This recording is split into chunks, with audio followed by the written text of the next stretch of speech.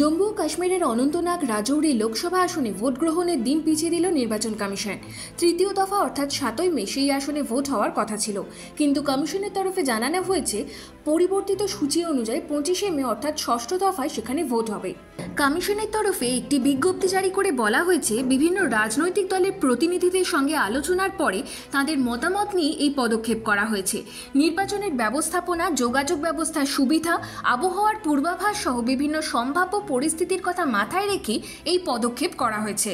তবে ওই কেন্দ্রে ভোটের দিন বদলের সম্ভাবনা নিয়ে গত কয়েকদিন ধরেই জল্পনা চলছিল, যদিও ন্যাশনাল কনফারেন্স নেতা তথা জম্মু কাশ্মীরের প্রাক্তন মুখ্যমন্ত্রী ওমর আবদুল্লাহ সোমবার কমিশনকে ভোটের দিন না পেছানোর জন্য অনুরোধ করেছিলেন। প্রসঙ্গত 2003 সালে জম্মু ও কাশ্মীরের লোকসভা ও বিধানসভা আসন পুনর্বিন্যাসে অনন্তনাগ লোকসভা আসন ভেঙে গড়া হয় অনন্তনাগ রাজৌরি। পুরনো অনন্তনাগ লোকসভা নির্বাচনী ক্ষেত্রে রাজৌরি ও পুঞ্চের কিছু এলাকা মিলিয়ে দেওয়া হয়েছে, যা আগে ছিল জম্মু লোকসভা কেন্দ্রের মধ্যে।